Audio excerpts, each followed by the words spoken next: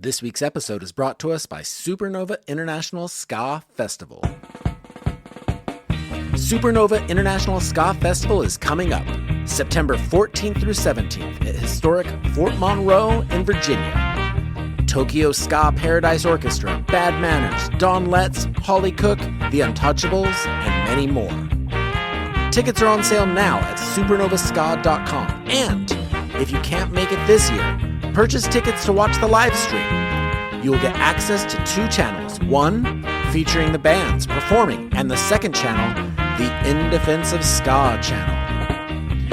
We will be discussing the show, interviewing bands, and giving viewers a glimpse behind the scenes of the show. And if you're an In Defense of Ska Patreon subscriber, you'll get a discount to the live stream package. Hope to see you at the show, in person or online. Ska now, more than ever.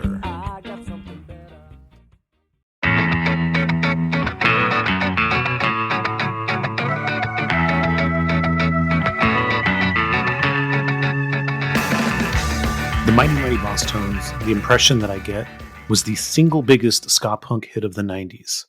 The song was everywhere, and for a while, the band were legit rock stars. But before any of that, they toiled in clubs in Boston in the 80s. The band eventually fizzled out, then reformed in the late 80s and signed to Taang Records, now a buzzing cult band. By 1993, they were on Mercury Records, but it took a few albums before they cracked the mainstream. That happened with their 1997 record, Let's Face It, a huge hit.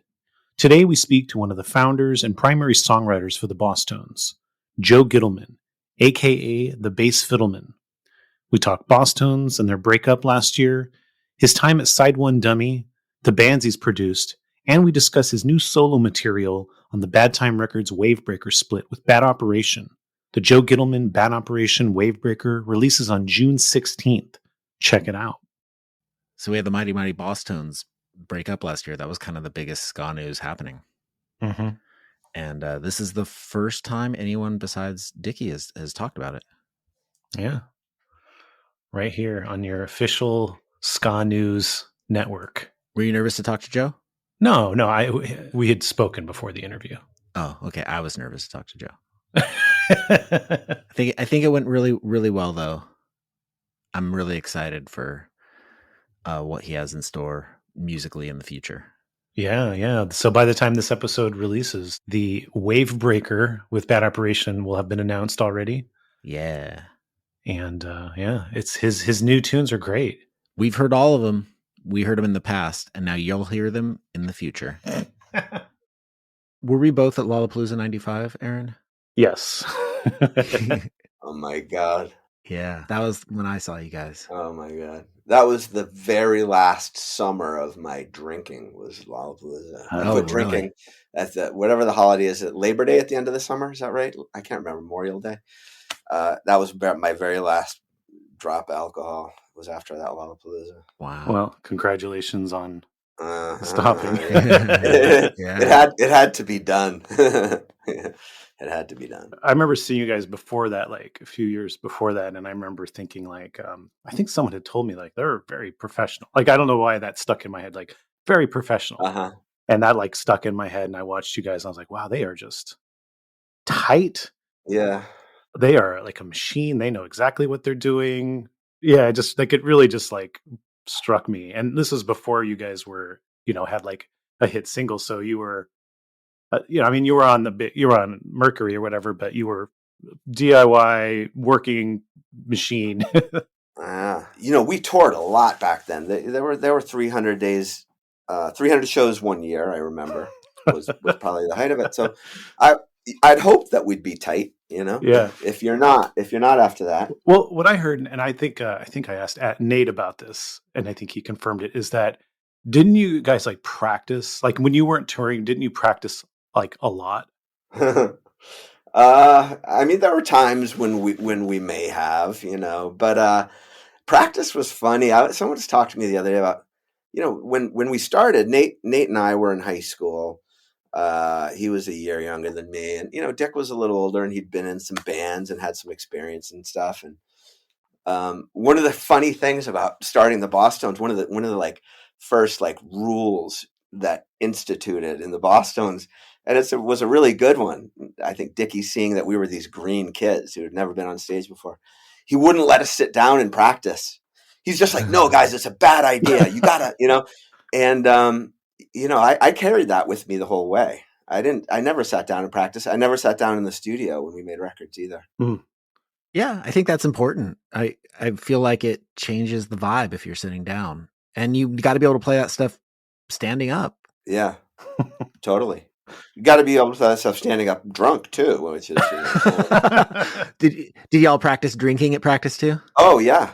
Well, what we would do was, so there was this garage next to my mom's house in Central Square, Cambridge. There was a row of 20 rental garages where people kept some nice cars, some storage units, and this and that. And she struck up a friendship with the guy who owned those garages and got him to like let us rent this one little room that didn't have a garage door on it, but it just had a regular door. And there was a bathroom in there that didn't work. There was no heat and there was no electricity. The electricity, my mom had to run like a 250-foot extension cord over the roof of the garage from our house down into the whatever vent at the top of that little space. And we would drink in there, and usually it would start with collecting the empties from the practice before and returning those. And sometimes those empties from the practice before would turn into 2 40-ounce. Or something like that, like just what could you get with it kind of a thing. But yeah, that was at that point in our lives, that was certainly part of it. Did you have a moment where you're like, okay, this is it with drinking, this is not working for me anymore? Well, there were a series of things I'd say that, maybe like kind of stuck with me that I remembered and considered, and some difficult and uncomfortable situations. And the Bosstones, I mean, we were kind of drinking ourselves out of a record contract on that when we were on Lollapalooza. So that would have been what's that called? Question the Answers. Yeah. Yeah.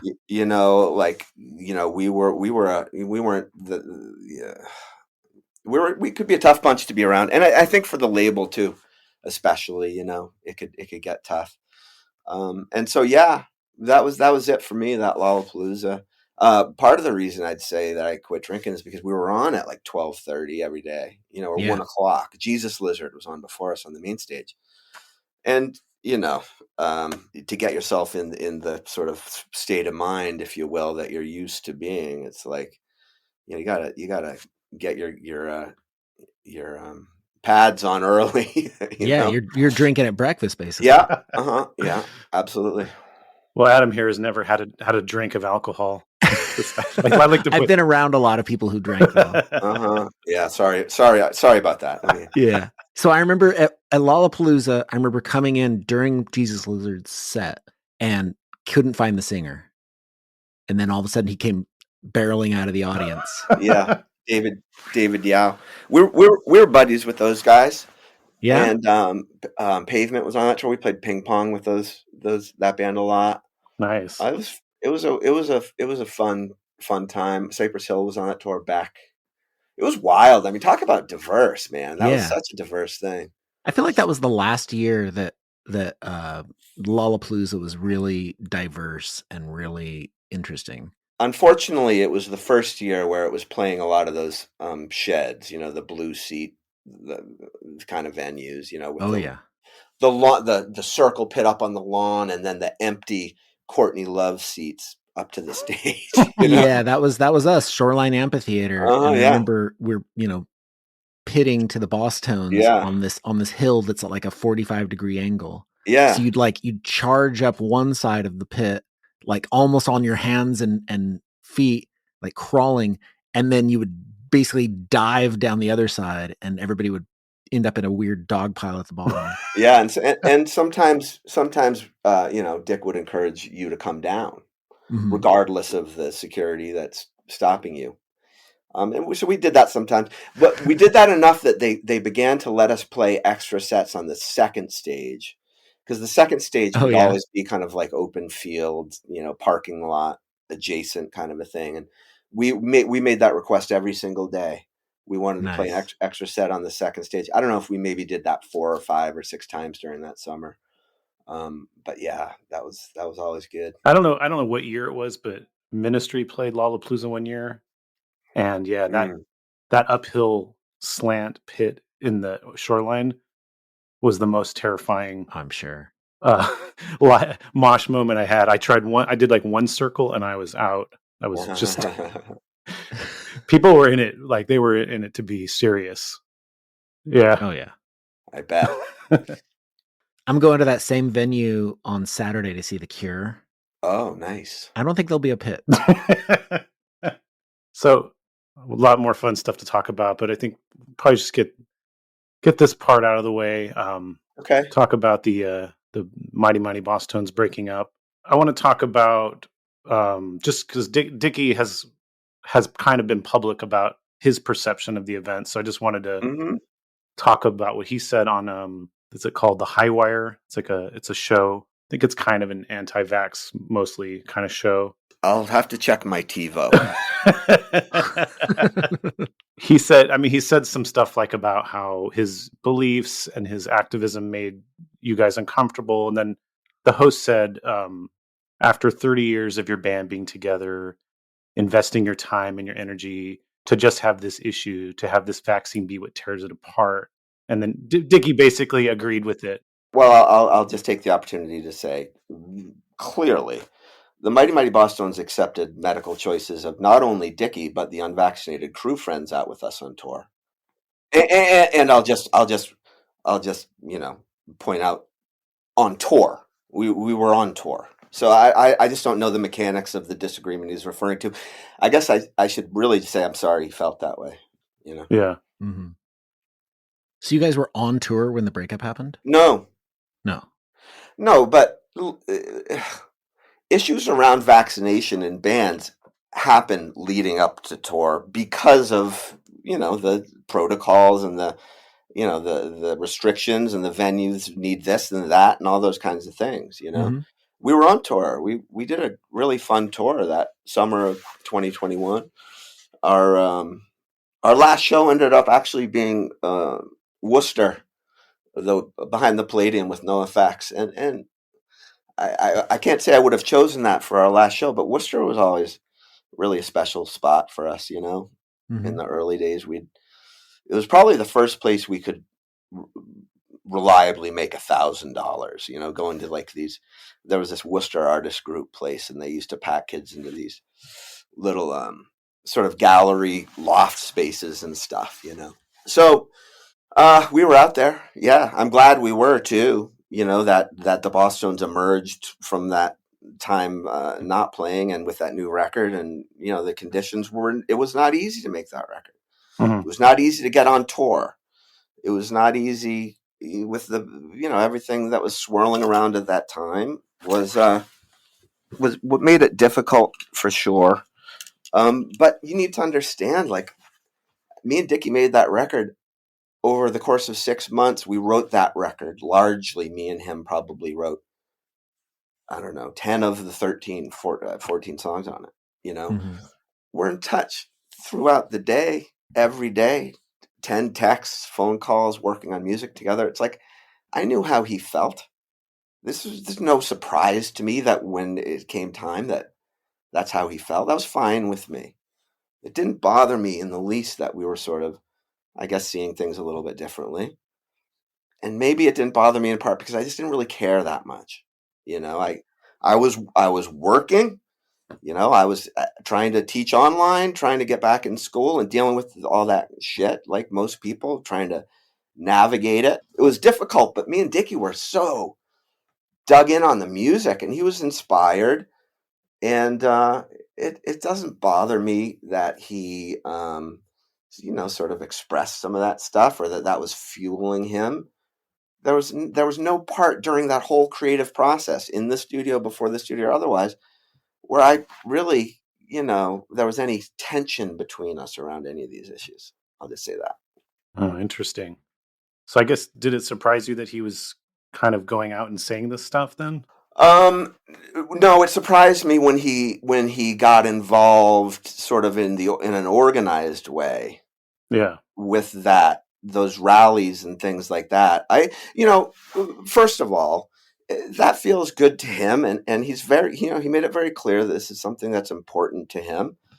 And, I think it was our, dawning awareness around the importance of the movement piece, to be involved in that movement piece, that kind of, led to us having a conversation, and band, we'd expressed some concerns, and he made it clear that was kind of his thing. And I don't know what to say, except there was no support voiced among the Mighty Mighty Bosstones for continuing on under the new conditions we'd been handed. And we'd have had such an awesome and overwhelmingly positive time playing music together, feeling like we were pulling together in the same direction. We'd also been a band for 35 years. And when I tell you that there were always opportunities and times when I'd think, okay, is this still feeling right? Am I still excited about doing this? Is this still the mission that I signed up for? Are we still friends? Are we still having fun? You know what I mean? Like, that's how I was there for the music, and that's how I sort of measured the future of the band against sort of just how we were doing together as a group, Yeah. And we reached a point where it seemed like, an individual wanted to pull the band into something that the band didn't want to be a part of, to be quite frank. But again, I'm not speaking for anybody else. Sure. You would have to ask the other members of the band what their reasons were, or what the issue was at stake. The issue at stake for me is between me and Dickie. But certainly the surprise of it, I think, is the thing that has stayed with me the longest, to be honest. Mm-hmm. Bands, like families, are very complicated entities and operate on multiple levels, especially bands that have been together for 3+ decades. Oh yeah, absolutely. And every decision you make is built upon other decisions you've made, and how you feel about each other, and the health of that relationship, and everything else.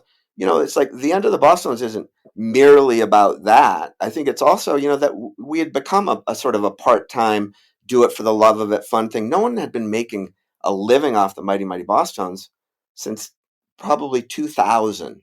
Mm-hmm. You know what I mean? That we played 10 shows some year, 20. It was very much for me sort of a social fun thing, is what it had become.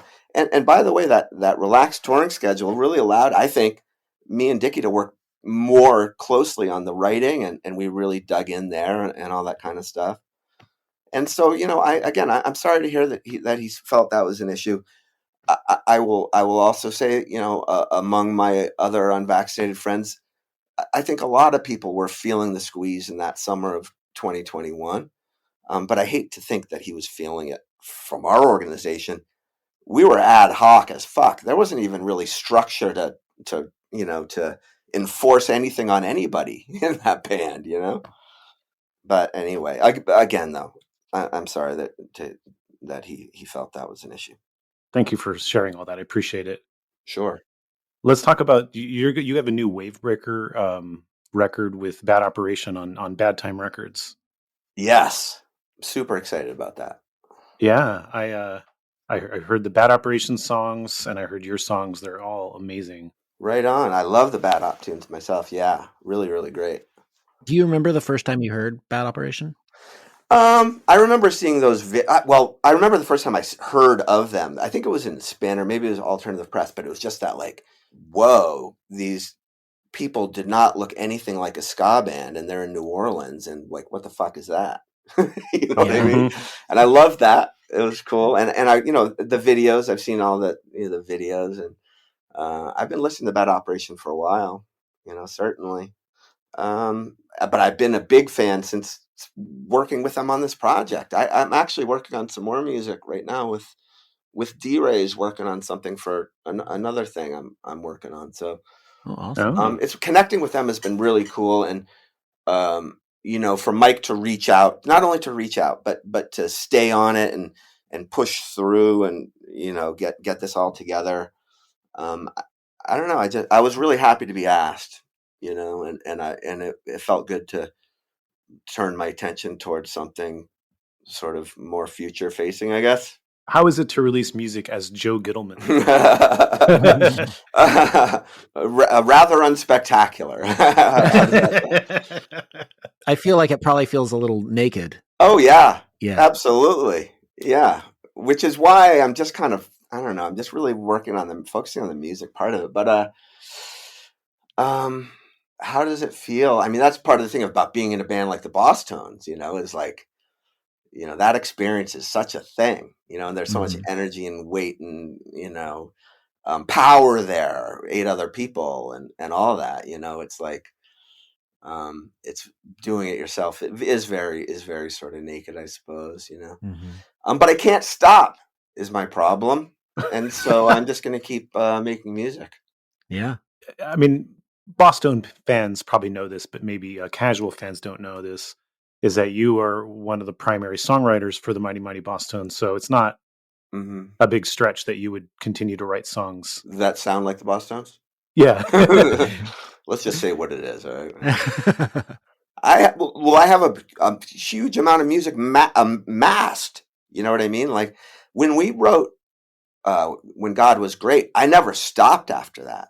Like I kept going and trying to I tried to roll that into the next project, and I was sending, tunes to Dick and stuff, and, just trying to still be really busy doing that. And, through that process and ever since, all I've really spent my time on is working on music, and whether that's in the studio or just at home and stuff. So I just have a lot of that music that kind of probably sounds a little like that. So these songs that are on the Wavebreaker, were they only written for the Wavebreaker, or had they originally been Bosstones demos?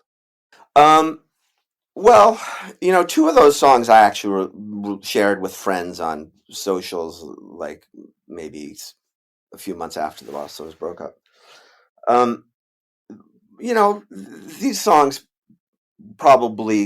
some of those songs probably were on things that I sent to Dick, maybe without lyrics, but musical ideas and early sketches of ideas and that kind of thing. But yeah, I mean, there's between Avoid One Thing, my other side thing, and the Bosstones. I mean, those songs could end up in either place, kind of, depending on how you put them together. How many demos do you think you have in the chamber right now? How many are sitting on a hard drive somewhere? The best of them are now being mixed.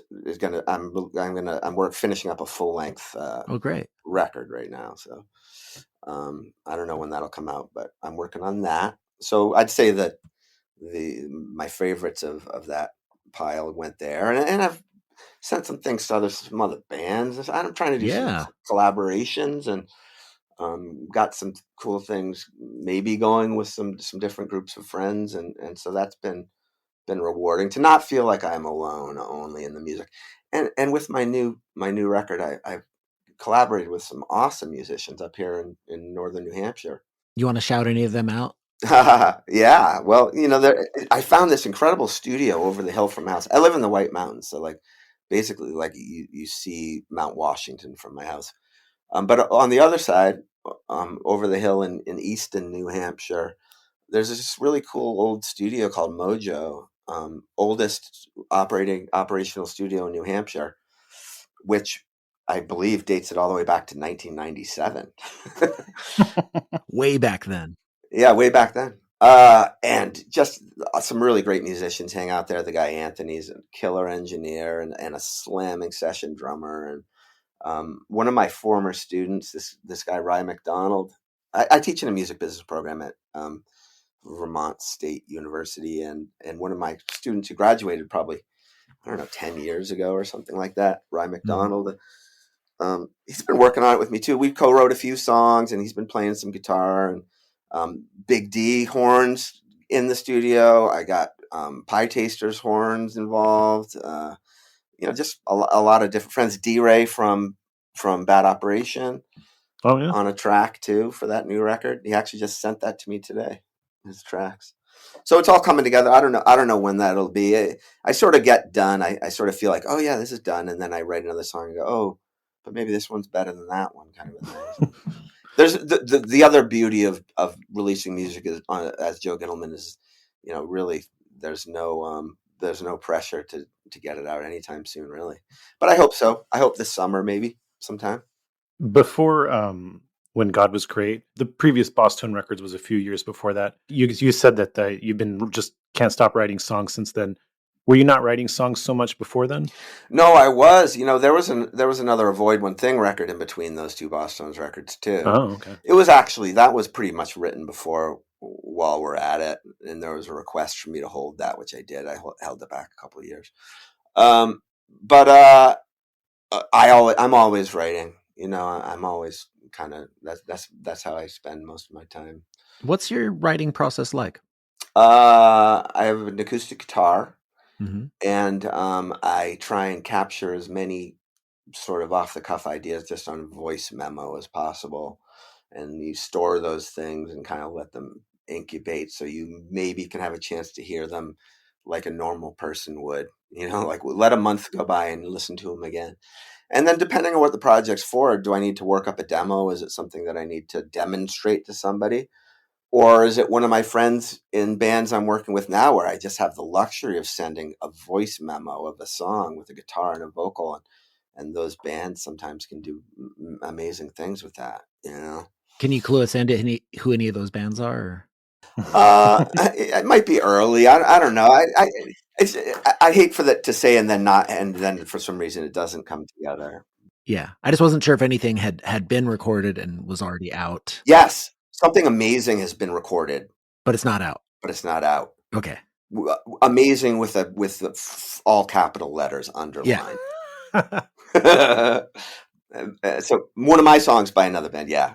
Yeah. I just think that's such a great move. Like, I mean, if you're a prolific songwriter, some bands, maybe you're stumped for a song or are just happy to have an outside perspective. Sure. If you're a prolific songwriter or a non-prolific frontman, writing songs for other bands is always a good thing. Absolutely. Mike Szynski, did he just reach out to you one day, or just like out of the blue, like we would love to do a wave breaker with you? Yeah, I don't know.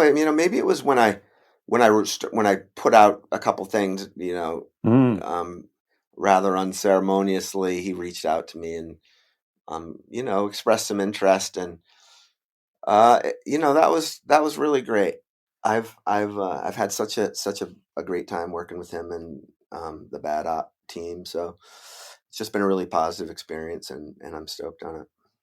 I mean, not to put Mike on blast, but he's a huge Mighty Mighty Bosstones fan. I know. I know. He's got to be over the moon, man. Yeah, I know that he is. Yeah, and that's great. That the Bosstones, perhaps had some influence in inspiring some of the bands in that scene. To me, is a very proud thing for me. Have you had a chance, aside from Bad Operation, to kind of check out some of the bands on this scene?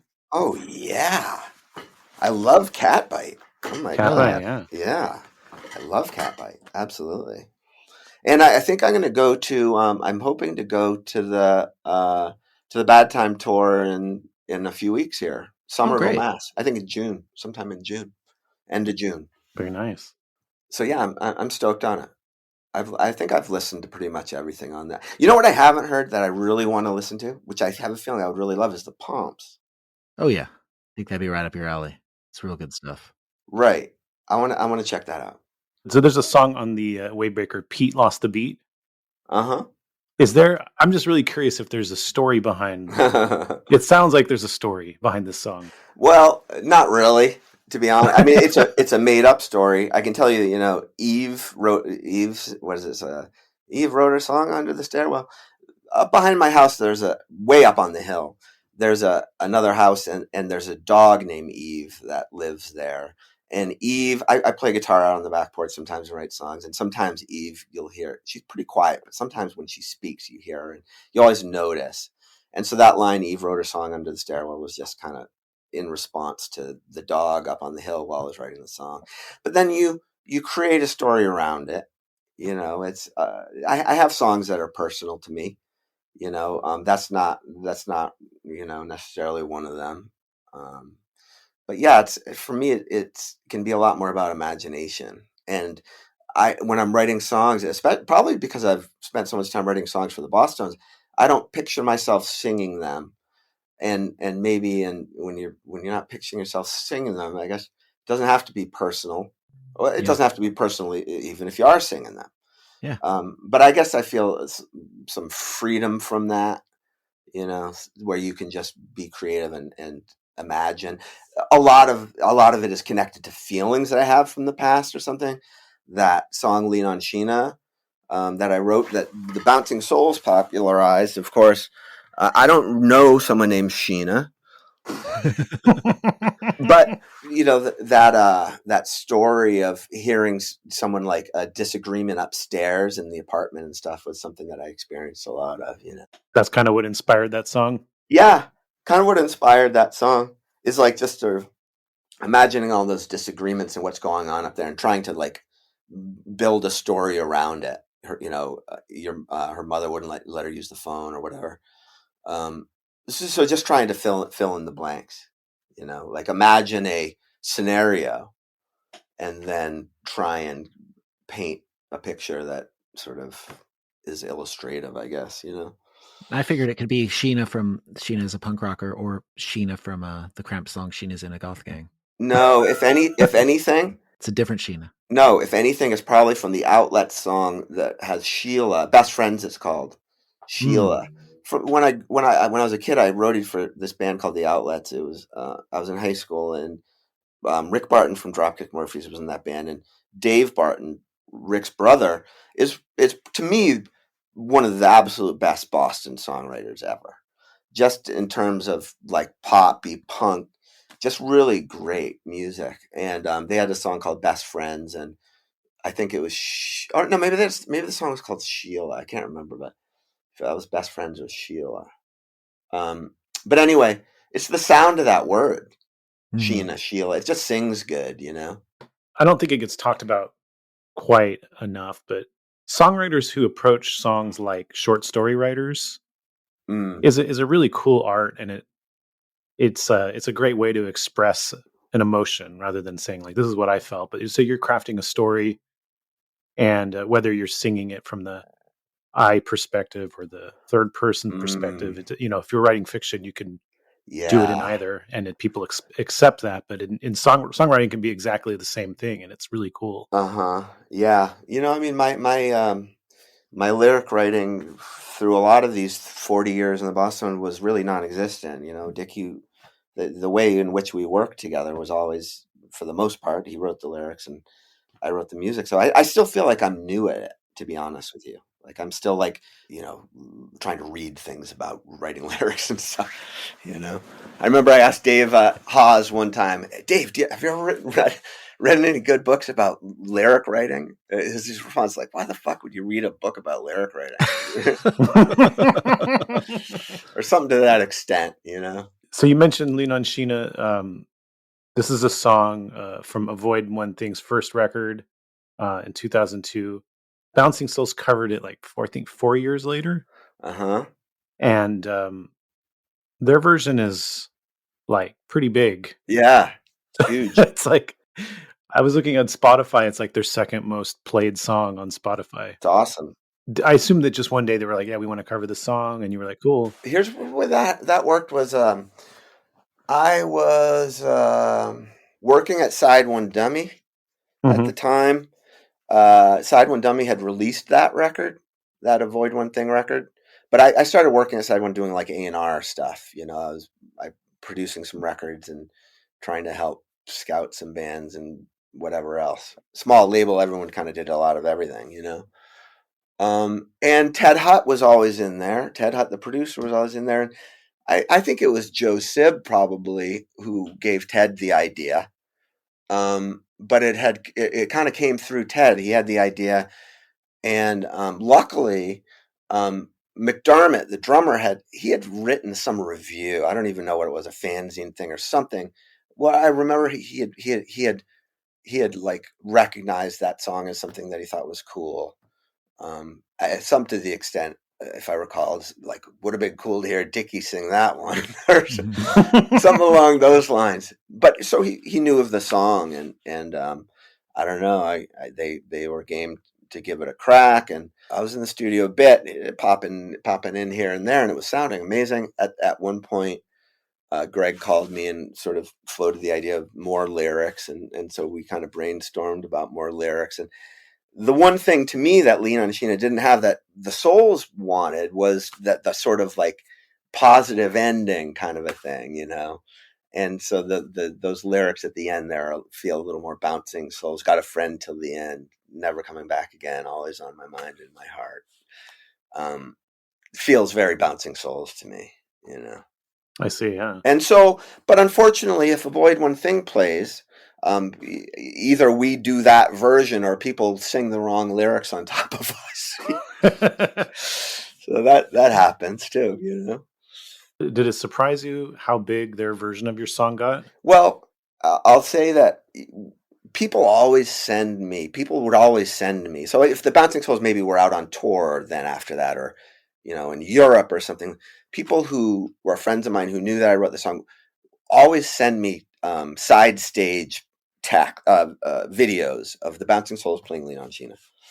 And so I guess probably within that first tour or two, I started to see more and more like the whole crowd singing along kind of a thing. You know, it went from just like, oh, look, they're playing your song to like that moment when everyone's singing it, you know?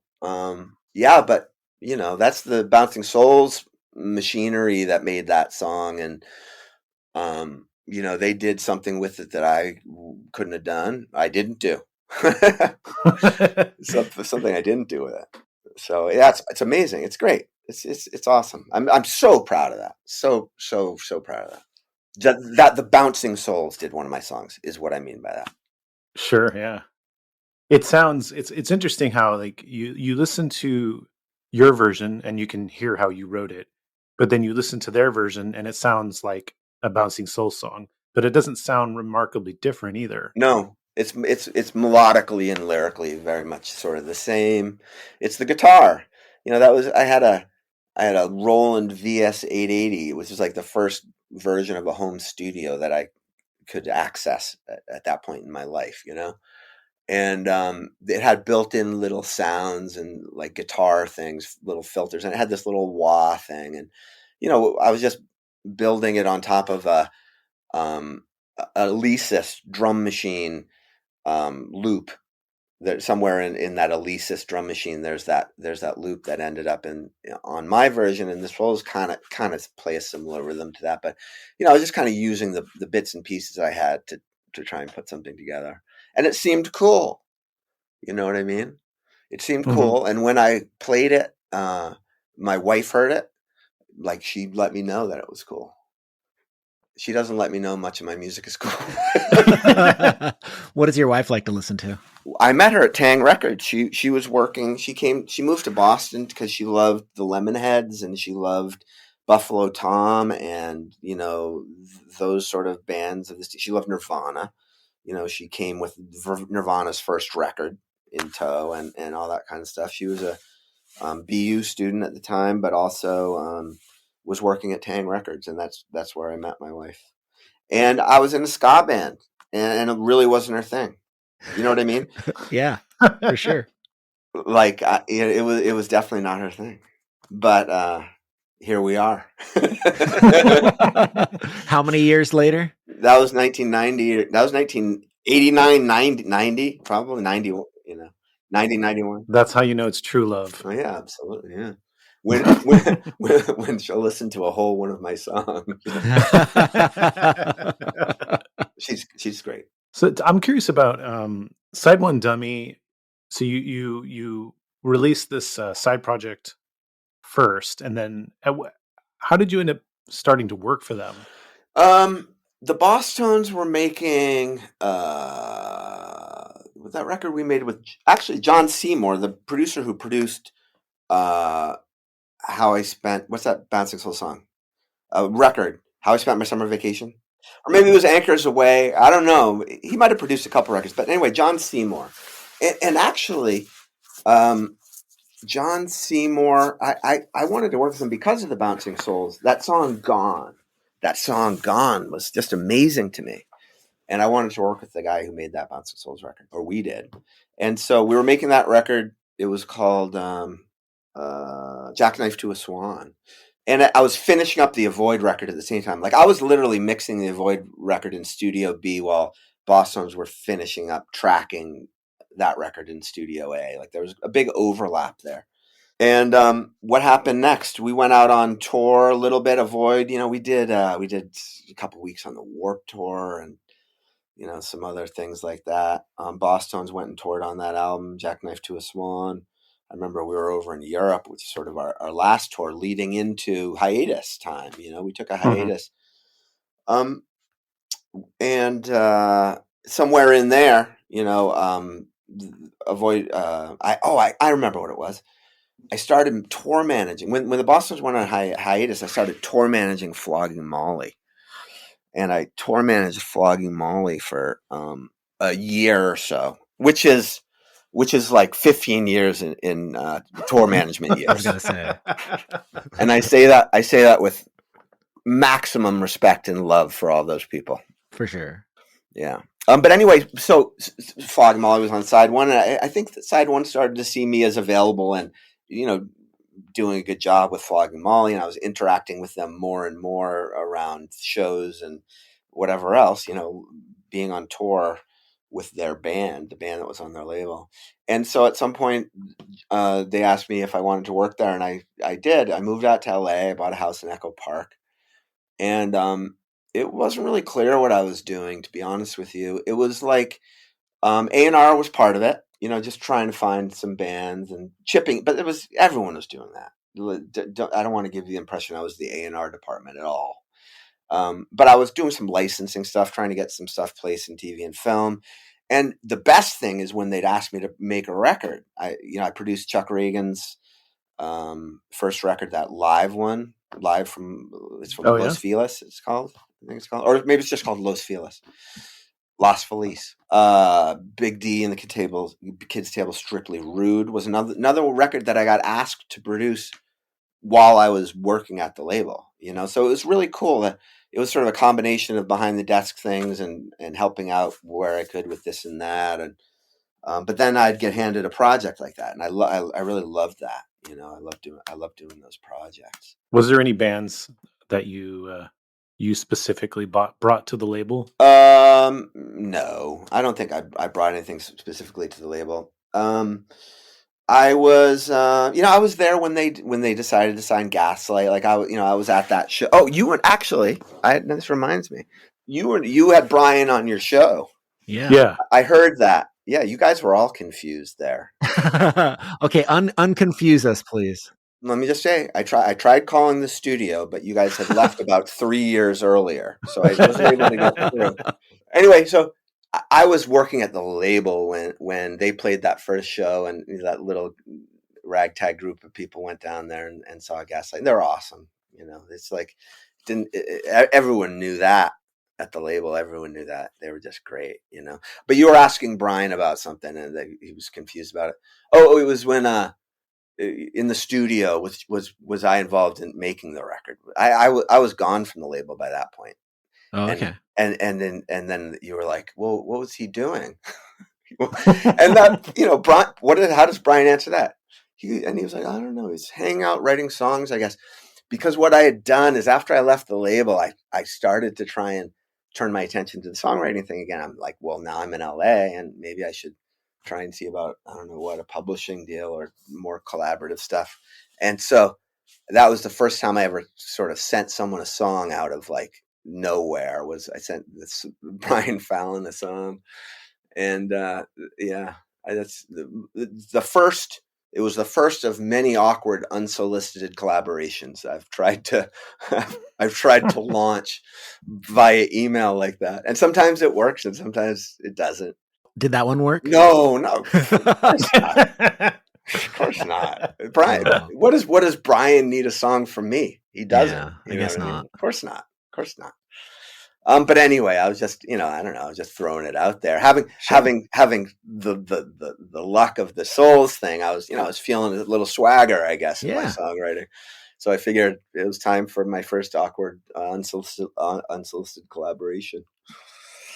I was reading the Rolling Stone like oral history of 59 Sound, and you have a quote in there where you're talking about like sitting in the van with Brian and he's showing you demos of the record.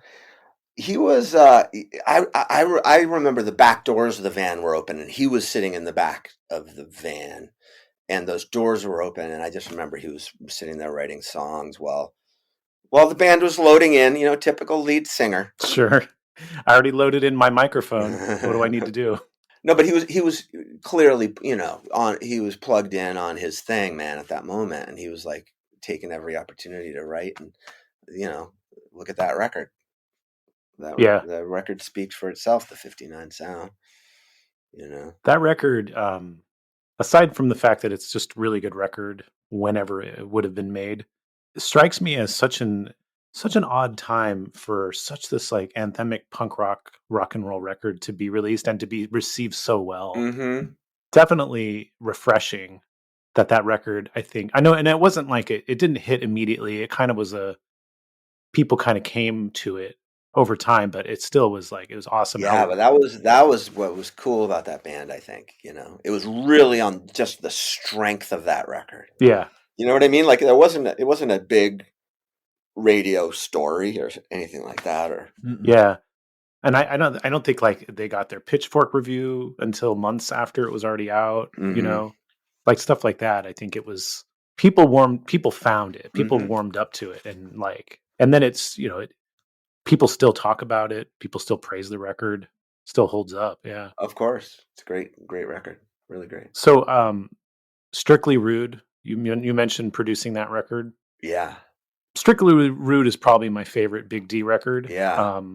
I also think that if you look at the previous record and then you look at Strictly Rude, there's just the band there's a big difference. Uh-huh. Like they've progressed a lot. The sound, there's different things going on. Mm-hmm. I'm curious what your role in it was, because like I'd say like the biggest thing about that record is it actually leans a bit more into ska than punk, and I think that the way the horns and the vocals and the guitars are just all more clean sounding, and there's like a looser groove to it. So yeah, please. First of all, I guess I'd say, when you're working with Big D and the kids table, it's like they walk in the room with notebooks of things to lay out on the table about ideas that they have. And, this would be cool if this, just the way they talk about music together as a group and stuff. But that was a little different at that time. They were planning on making 2 records. They wanted to make a dub record and they wanted to make a punk record. And I think they ultimately went on to do some version of that sort of themselves. But Side One was interested, and I wanted to help them make a good record, certainly. And they were doing a lot of work on the writing. I think we probably spent I remember spending a lot of time on pre-production for that record in the practice space and working through ideas and sifting through demos and all that kind of stuff. The other thing, though, the other impactful thing too is, who else worked on that record is Paul Coldery, who was the engineer and producer on almost all the Bosstones records, from Devil's Night Out. He's actually mixing my record right now. But working with him too, back to that same studio, Fort Apache. We're back into that sort of environment where the Bosstones made Let's Face It and those other records and stuff. But I was definitely trying to encourage sort of a leaning in that direction. I like sort of poppy music, I guess. I say the word pop like without any real disdain. Mm-hmm. When done right, I guess it's that just to me is good song. So yeah, I was encouraging them on the writing front, but the band is great. The horn players work so hard at composing, and Steve, the bass player, was fantastic. Sean Rogan, just really top-notch musicians in that group. Yeah, that's one of the things that really strikes me about the record is how well the horns are utilized, which is a very tricky thing in writing ska-punk records. Right. Hey, so on that Cario song that I sent you yesterday, that's Big D. Those are the same horn players from that Strictly Rude on that record there, and Sean Rogan, guitar player too. But yeah, look, I mean, the energy and the ideas are all theirs, it's like they come with so much, they come with so much that I guess probably a big part of my role is like sifting and sorting, Right. Yeah.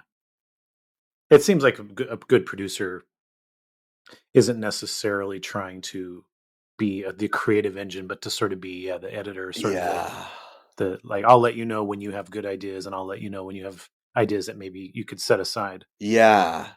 Yeah. Helping people make the right decisions or make the right choices, I guess, Yeah. There's a quote from the guy who, I really should know his name.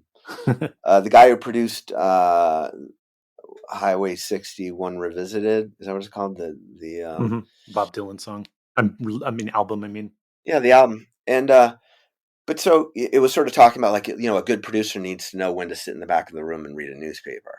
You know what I mean? It's like you can't be involved in everything, and like you're working with a band that has this whole other dynamic and a whole other way of talking to each other and sorting through things and all that kind of stuff.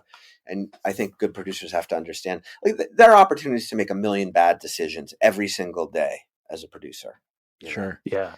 And I think knowing when to not get involved is an important part of that, and understanding what's needed to progress things and move things forward, or to settle things and come to some kind of a decision or whatever it might be, So, yeah, there were a lot of people there in that studio with a lot of good ideas. And so it was a really fun session to be a part of. Just a little side note here, just to show that we're thorough. Yes. How I Spent My Summer Vacation is the correct title of the record. Oh, good. Thank God. I'd hate to get have those guys pull my card, for sure saying something stupid. Who else worked at Side One? Because I saw that I think John Pebsworth from Bucko 9 worked there for a while. Yeah, John worked there for a long time. Oh. Yeah, John was my buddy there. We had a good crew of people. Thomas Drew, you wouldn't know him. He's not a musician. And I don't know. A lot of people came and went. I'll say that. But Joe and Bill, and who else? Ashley Dector was my friend there.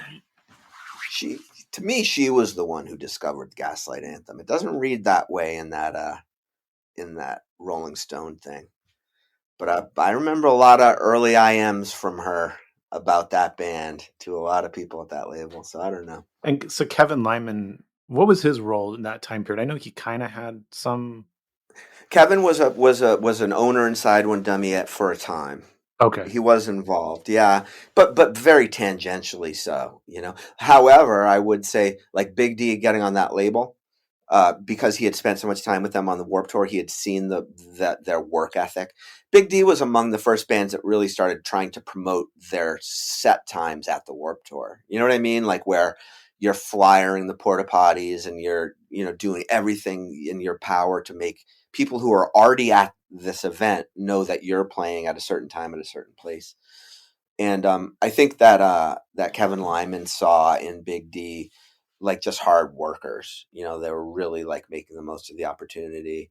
And I think Kevin was among the first to sort of recommend Big D to SideOneDummy. Yeah, that's what Dave has said to me. It was Kevin's recommendation. Yes, that's absolutely right. Yeah. I'm really curious about the origin of you being the Bass Fiddleman. Is there a story? Because every time I read about it, just says, oh, because he was a proficient bass player. No, because Dickie is a wordsmith. Because he's up there on stage introducing the band as he did so many times, and so generously too.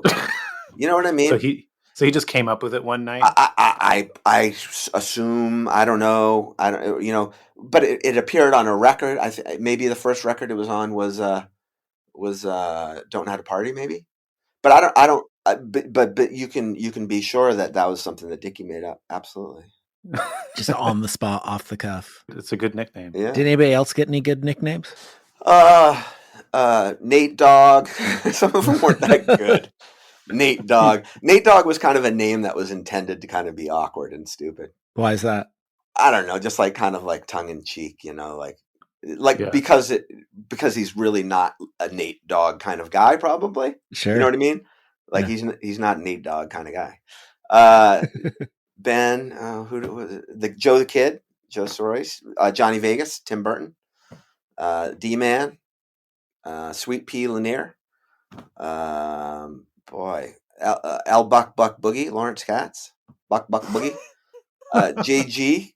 Most recently, we were calling it. Sometimes he'd be called JG, John Getchus. Sometimes Magoo was another one that got thrown around with him occasionally. So yeah, if I caught everybody, did I get everybody? I think so. Maybe.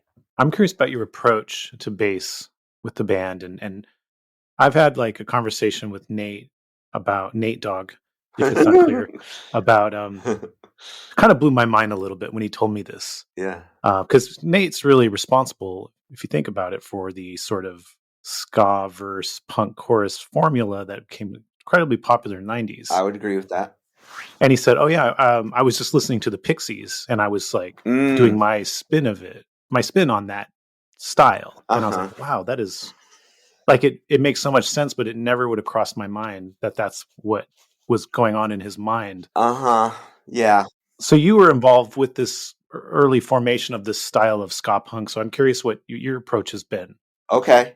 Well, I can tell you the first time that anyone ever responded to that sort of combination of like stapling together the punk with the ska, kind of like, in a start kind of a way, where it goes from ska to punk in a split of a blink of an eye or whatever, And it was when we were in high school, in our drummer's basement. Josh, he lives in Brookline, and he had some friends over watching some of the first Bosstones practices, and that song "The Cave" kind of had this kind of amped up, distorted kind of riff thing, but then it would just butt up against like the horn ska part or whatever. And I just remember his friend Jen Leonardi. She's like, "Oh boy, I really love the way you guys, when it went from that loud thing to that groovy part and then back. That was so cool." And we just kept doing that from then on. Pretty much. But yeah, Nate certainly. I mean, he refined it in a way, and he really, he might have gotten to Pixies, certainly. That sort of sensibility, and he's a fantastic guitar player, really capable of playing any kind of music. But there were times when that was just sort of like, throwing shit against the wall too. Let's make this loud. Let's make this. Let's make that. So I'm sure there were different reasons that pushed it along. Him having an amp that had a dirty and a clean channel, even, was to us was part of the magic. The good and evil, I guess, as it became known later. Mm-hmm. Yeah, it's really interesting how, like, say, like something like Nirvana, Smell Like Teen Spirit, took very, very similar influence, that same Pixies influence, to create that song that Nate took to create like Bosstones sound. It's kind of fascinating how the seeds create different branches for different people. Absolutely. And you got to think of, so let's say somebody's inspired by that, and they encounter a whole other group of people, and they're trying to make different kinds of music, and the shows that you start, nothing informs, I think, the way your band starts to sound. Then, like, the type of shows you play in the beginning, and the bands you play with, and the people that come see you. Is it a coffee house or is it an all ages show? That was the biggest thing for the Bosstones. We had been together before Devil's Night Out, and largely playing 21 plus shows because those were our friends that could give us those shows. Opening up for a band like Scruffy the Cat, or I don't know who else. It was, those people were a little too cool for the Bosstones, or maybe some of them a little too old for the Bosstones. At that point, it wasn't until we got signed to Taang and started playing all ages shows. We went from like first of four bar band 100 cap to like now we're playing first of four at the Channel, opening for Slapshot. an all ages show, Yeah, much better. Makes a lot more sense. Yeah. Positioning yourself in the right place was a big part of the Bosstones' success too. Like we found our constituency where there were, younger people who were into faster and more aggressive music. Yeah, you definitely have this audience that develops in the late 80s and 90s, and it's like all about listening to all kinds of music. So when you hear bands that are saying like, well, we play all kinds of music, it's like, yeah, great. I'm a fan. Right. The Boston scene felt like that to me for a long time. And maybe still does it, but I don't really go to that many shows anymore. But like, the ska band playing with the garage band, playing with the, whatever hardcore band or something like that. Like Boston always kind of felt that way to me, because it, at least in my early time there, it was all about the friendships that existed between these bands, and it was less about the style of the music, really. Yeah. So we got a lot of really eclectic and cool kind of shows and different kinds of bands touring up and packaging together or playing shows together, that kind of thing. So in the first wave of Bosstones, before you kind of broke up or went on hiatus and reformed. Oh my God, are we gonna call Bosstones waves now too? That's gonna get too confusing. Yes. First wave. First wave Bosstones, okay, which was pre-third wave ska. Okay, got it. Yes. I'm following. Yes. Yeah. Did you play with Bim Scala Bim a lot? Oh yeah. Yes. Of course. I mean, Bim gave us some of our first shows. We played at the Channel with Bim Scala Bim. We played a handful of shows. But Bim, I was, the more impactful thing there for me was just they were putting on all ages shows, up the street from my house. I could walk to see a show that they were putting on. There was a church outside Harvard Square that they would put on shows sometimes, or there was also a bar room up the street from my house that had a huge plate glass window that you could watch from the street. So when I was starting from the time I was probably 11, I would sometimes walk up there late night and just watch through the plate glass window. It was called Jack's, was the name of this place, and seeing shows there. Saw Bim there too. I would imagine. I'm just sort of guessing at this point, but it's hard to imagine they didn't play. But so Bim was very much involved in trying to create infrastructure for the ska scene, a label, finding ways to distribute people's music, putting together compilations, with all kinds of ska bands from around the country or in Boston, trying to help spread the word. Like Bim Scala Bim was always first and foremost the scene. You know what I mean? Mm-hmm. Like they were always seemed like they were working on something for everybody. They put out the Mashing Up the Nation, right? Yeah, Mashing Up the Nation. There were, I think, a few of those they put out. Was your inclusion on their compilations, was that kind of your first inclusion on anything like that? What year did that first compilation come out? Do you know? Let's see. That first Mashing It Up says 91. I feel like there was one before that, wasn't there? Yeah, maybe it was Mash It Up. Mash It Up. Check Mash It Up. Okay. Because I think that was a Boston thing. Because I do recall, I think 87. Okay, there you go. So yes, we pre-Devil's Night Out recorded 3 songs. We recorded Drums and Chickens. We recorded Little Bit Ugly, and The Cave was the other one. Yeah, The Cave is what's on Mash It Up. Yeah, The Cave's on Mash It Up. And those same versions kind of are on Devil's Night Out, but they were kind of prettied up a little bit. We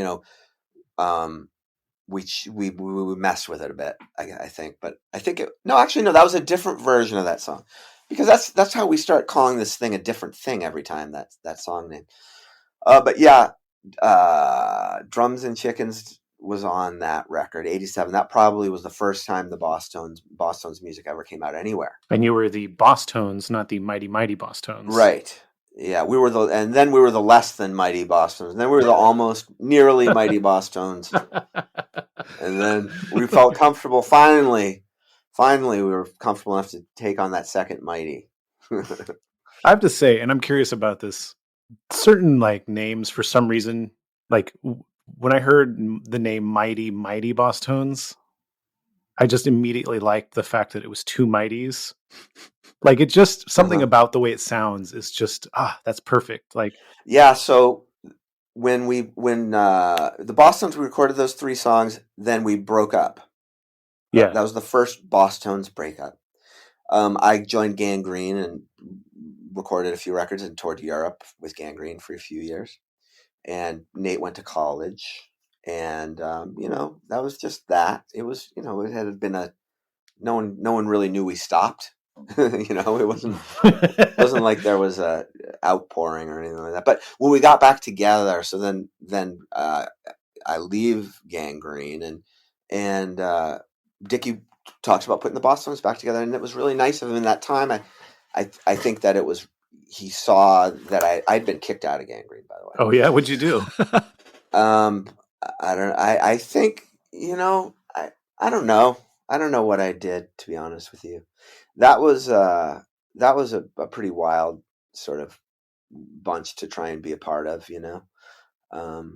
I think part of it was I was always Chris's +1 in everything. I didn't have any money. I didn't have any drugs. I didn't have any guest list spots. I didn't have a way to get to the show. And I think I don't know. I don't know. I'm not really sure. But Chris struck up a friendship with this guy Josh Pape, who was my friend too, from the band DRI. We toured Europe together, and Josh ended up being the new bass player, and that was fine with me ultimately. The Bosstones got back together, and when we did, though, point being, it was the bartender at the Rathskeller in Boston. When we got back together, his name was Greg. He just put on the board. So now the Bosstones are appearing for the first time in 3 years or something, and he just put Mighty Mighty in chalk on the board, and that was just that. From then on, we just kind of held on to that. Dang, just that one little moment. Yeah. And there was concerns about another band called the Bosstones from the 50s. There's some kind of a Harvard doo-wop group or something like that. So we were just sort of like, does this give us more protection? That first breakup, was that actually a breakup, or was that just kind of things fizzling out? Oh, I'm breakup. It's like, I don't know. If things fizzling out, yeah, absolutely. There wasn't much to fizzle out, to be honest with you. Yeah. It was barely a thing to begin with. We did, however, probably the most significant thing that happened in those early pre-Devil's Night Out years is we opened up for Fishbone at Jonathan Swift's in Harvard Square, which is a little bar room. We played 2 shows with Fishbone in 1980. It was either 85 or 86, whenever Fishbone's first tour to the East Coast was. And, that was very significant to us, seeing music played at that level. You know what I mean?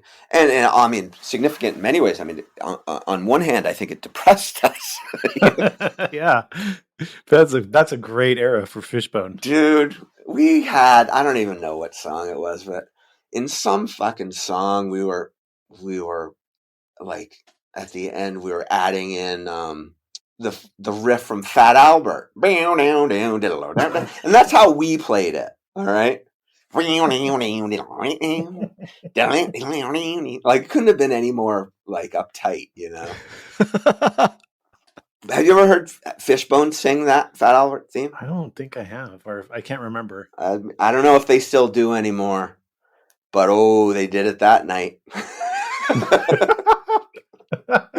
I'm not so sure they caught or recognized our tip of the cap to Fat Albert earlier in the night. But holy shit, like just the that is that and we are us kind of a thing that happened there. Did y'all stop playing the Fat Albert part after that? Yeah. Just shamed out of it. Yeah.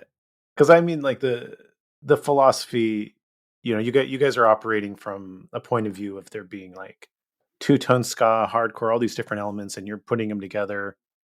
Not a lot of people are doing that at this point. So there's not really like a lot of rules, but then you see Fishbone, they're doing that too. their own version of that? Like we're gonna play any and everything. They're doing it, but the record was produced by David Kahn, and it was like, you know, it was beautiful. You know what I mean? Like it was done skillfully, and there was heavy guitar on that record too. You know, but maybe not in the back and forth kind of a way so much or whatever. You know, but very much Fishbone broadened the genre of ska, and without a doubt, sort of re-energized. You know, gave young people who were still trying to kind of carry the torch from. I saw the English Beat in '83. Okay, I played with Fishbone in '86. Those years in between is like when Bim Scala Bim was their busiest, trying to like keep things kind of afloat and going, and you know, building something for you know, some ska infrastructure again in Boston. You know, Fishbone and Operation Ivy were the most important acts in terms of what would come, but Fishbone more so because Operation Ivy was like this thing that people discovered later because they kind of broke up. So yeah, because they started in '87 and they ended in '89. We started in '83 and ended in 2023. 22. Yeah. Sorry. So yeah, Fishbone, like they rewrote the rules, I think, of ska, whatever you want to call it. Yeah, aggressive leaning ska music, you know, but also the hybridization of it too. You know what I mean? Like the sort of, you know, the starkly different styles of music coming into that too. You know, and it got heavy, and you know, it could be really heavy. We toured with them in Europe on the Give a Monkey a Brain record, you know, when it was really heavy. JB was playing guitar, and like they were, you know, Fishbone was really a heavy band at that point. You know? yeah. But so in '85, you know, not only was it sort of those songs, you know, Party at Ground Zero has a better song been written. I just love it so much. It's just perfect, you know. Yeah. But at the same time, it's like you go see their shows, and there was a hard and heavy energy that would appear there, you know. So I don't know. To us, it was just like it was amazing to see. So, so before you joined Gangrene, you roadied for them. Is that true? I did, yeah. I roadied for Gangrene. It was the day after I graduated high school. I got asked to go on a U.S. tour. I loaded in the van and we went out to California and back. It was probably 6 weeks or something like that. Was that your first tour? Oh yeah, first tour. So driving a van. I had done like a weekend thing when I was in high school. I was roading for bands too, as I said. So maybe a couple of weekend things I had done here or there, but a tour, no. And you know, it was you leaving your hometown for that period of time and seeing the country at that age is of course like probably as amazing and monumental an experience as a young person can have, and doing it around music and the thing you love. And you know, that was where I first, you know, here I am, I'm teaching now, and I've produced, and I've tour managed Flogging Molly, and I've been in the Bosstones. But that was initially where I had a clear sense that I just wanted to be around the music, play some part in making it happen, I guess was cool with me. I have a lot of, you know, sort of pride in those behind the scenes kind of projects I've been involved in. It doesn't have to be an on the stage thing for me to feel the pride of it, I guess. And so, yeah, as a kid, being on side stage, changing strings, loading the van when the band is, you know, off doing whatever they're doing, and making sure we get there safe or whatever it was, felt like a huge responsibility to me, you know. And so at that age, 18, and no plans of going to college at that point, it was sort of like, I'm throwing all of my eggs in this basket, whatever that is, as a musician, as a roadie, as a driver, as a whatever, you know. It's just, I was down for the music, you know. Do you have any like crystal clear memories from that first tour? Because I can remember the first time I toured. Yes, I do. Many. I remember having a fight with we broke Steve Soto's amp. We played a show. Where was that? I wish I could remember where that was, but I remember that. I remember playing a. It was a I believe it was some kind of a pet cemetery property or something like that, but it was like it had the energy of more like a skinhead squat kind of a thing. And down south in Florida. And one of the most challenging things about Gangrene and hardcore at that point, and traveling the country and going south, is the people who would show up for those things were really super out there with their racism. You know what I mean? Like that was sort of hardcore music in Florida at that point. It was super Nazi. Damn. Yeah. And so like I'm seeing this now, I'm 18 and I'm like, you know, I'm away from home for the first time.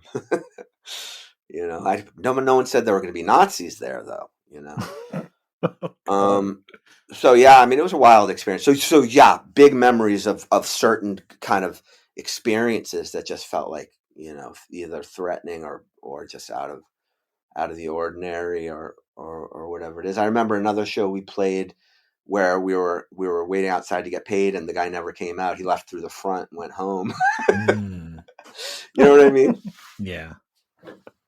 Yeah. So there were some of that shows that fall apart. You know, some of the shows had contracts, some of them didn't. You know, some of them were kind of advanced. Some of them were you get there and, oh no, that, you know, that got canceled weeks ago kind of a thing.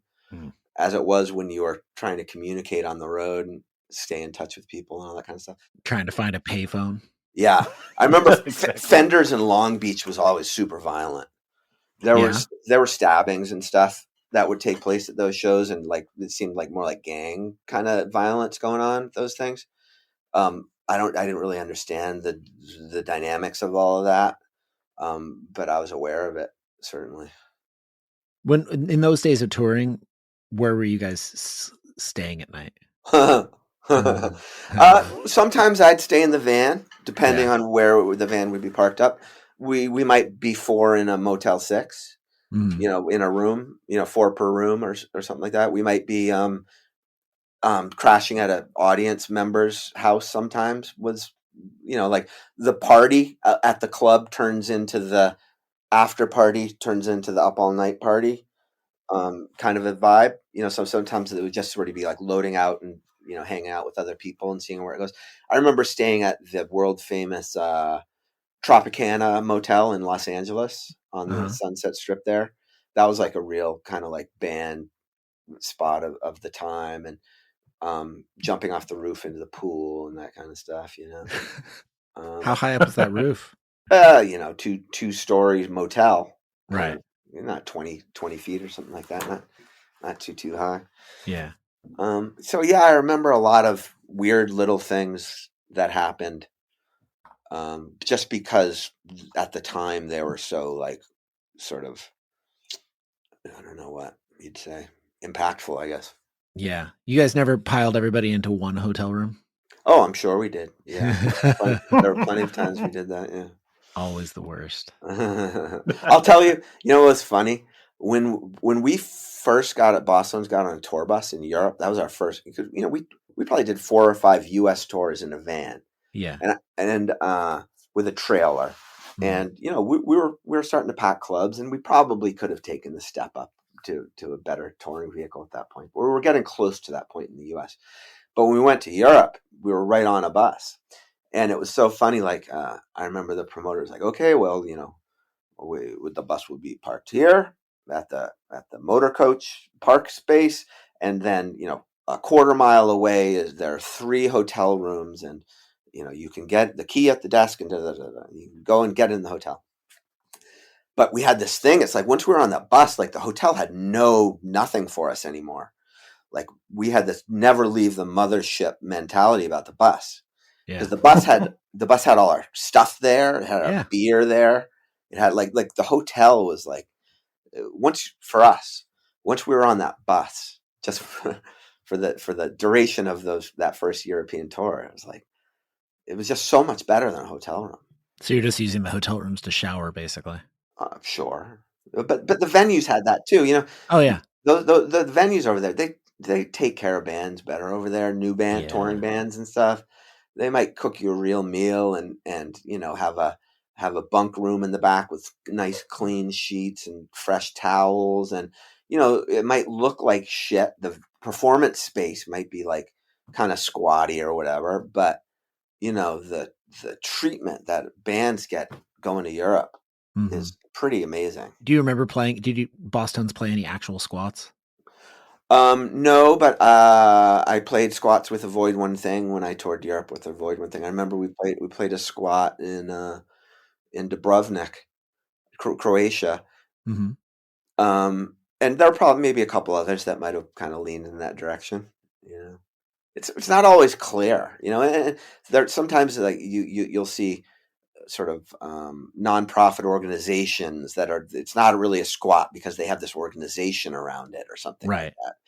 It's not always like perfectly clear what you're dealing with there, Or does it? I mean, I'm just gleaning this from having had multiple conversations with people about this.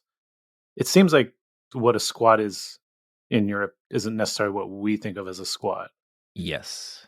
Yeah, they tend to be organized, like there can be a board around it or something like that, I guess Christiana, is that in Denmark, right? Christiana. Yeah. That I don't even know how that came to be, but that is sort of, I guess, would be the ultimate demonstration of that, where it's like a city within a city, and it's being run by, I don't know, these individuals, or at least what I understood it to be back when I went there. Collective, a collaboration, a nonprofit, a arts organization. Sometimes they might create these organizations because they're looking for grant funding too, and there's quite a bit of grant funding out there. You tour through the Netherlands and you'll be in a venue that's like completely like government owned, but run by some kind of an arts organization, and it's a beautiful venue, like incredible venue with the best lighting and sound that you've seen on the whole tour. But it's sort of like this loosely knit group of people who are trying to bring music to their community, that's sort of how Roskilde started too. The festival of Roskilde was sort of a local community arts organization, a couple high school kids. Is that the like reggae festival? Roskilde? No, Roskilde is I think is the one where unfortunately in 2000 Pearl Jam had that sort of crushing incident. Oh yeah. Yeah, I think that's Roskilde. Denmark again, I think, somewhere in Northern Europe. So coming back to your new solo release and upcoming release, are we going to see Joe Gittleman touring or live concerts? I don't know. I don't really know. That's a good question. I'm not. I just don't know. I'm just kind of like, I'm bearing my nose and everything that feels rewarding and fun right now. Yeah. And so if there's a tour that seems rewarding and fun, I stress about a lot of that stuff. So I don't know if that'll hit me as rewarding and fun.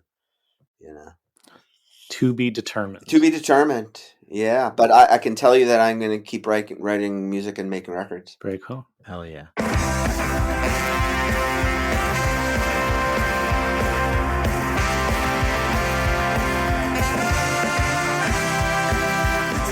Don't go anywhere. If you want to hear the rest of this conversation, head over to our Patreon. Thank you for listening to In Defense of Ska. Please rate and review this podcast and tell a friend. Follow us on Twitter, Instagram, and TikTok at In Defense of Ska. Pick up Aaron's book, In Defense of Ska, at your local bookstore or online. This podcast is edited by Chris Reeves of Ska-Punk International. This is your co-host, Adam Davis of Omnigong, leaving you by saying ska now more than ever.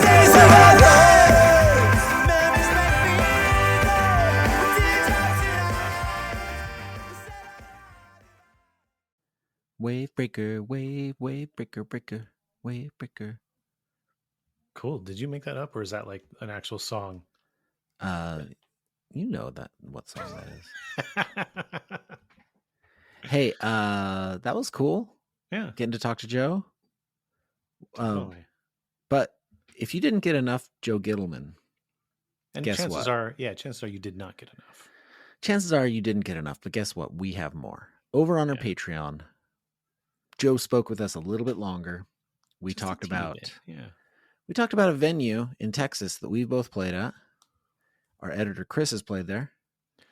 And I did not, though. Aaron hasn't. Yeah. You played in Texas, though, right? I have played in Texas. Yeah, so there we go. What city in Texas was this? I can't remember. This was Houston, Texas. Oh, yeah. So that's already a hint. If you'd like to hear about an iconic venue in Houston, Texas, and our issues with shows there, sign up for our Patreon. We have multiple different tiers. You can get some cool perks, including a Ska Defender card, which we will send to you, and you can put in your wallet to let people know that you defend ska. Yes. Huge advantage in life. Aaron, who do we have next week? Oh, well, this is the episode that I've been waiting for 3 years. Bad Operation. Bad Operation. Long time coming. First time on the podcast. Only took us 3 years.